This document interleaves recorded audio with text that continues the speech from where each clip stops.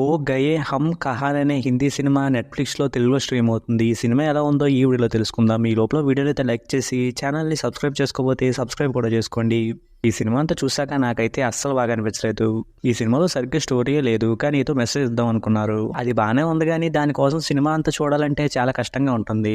ఈ సినిమాలో ముగ్గురు ఫ్రెండ్స్ ఉంటారు. వాళ్ళ ముగ్గురు కూడా ఎవరికి వాళ్ళు లివింగ్ రిలేషన్‌షిప్స్‌లో ఉంటారు.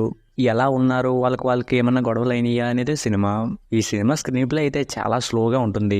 సినిమా మొత్తం కూడా లవర్స్ తిరగడం, రొమాన్స్ చేసుకోవడం తప్ప ఇంకేమీ చూపించరు. సినిమాలో ఉన్న ఫ్రెండ్షిప్ని కానీ, లవ్ని కానీ, వాళ్ళ ఎమోషన్ కానీ దేన్ని కూడా చూపించకుండా రిపీటెడ్గా ఒకేలాంటి సీన్స్ని చూపించుకుంటూ ఉంటారు.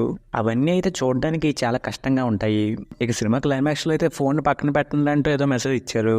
అది చూసినప్పుడు అయితే అలాంటి మెసేజ్ ఇవ్వడం కోసం ఇదంతా చేశారా అనిపించింది.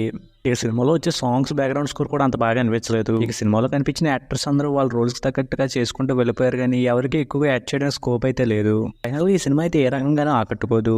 ఇంక ఈ సినిమాని స్కిప్ చేయడమే మంచిదని నాకు అనిపించింది. ఇక ఈ సినిమాకి నేను ఇస్తున్న రేటింగ్ అయితే 1/5. ఇక వీడియోని క్లోజ్ చేసే ముందు వీడియోని లైక్ చేసి ఛానల్ని సబ్స్క్రైబ్ చేసుకోకపోతే సబ్స్క్రైబ్ కూడా చేసుకోండి.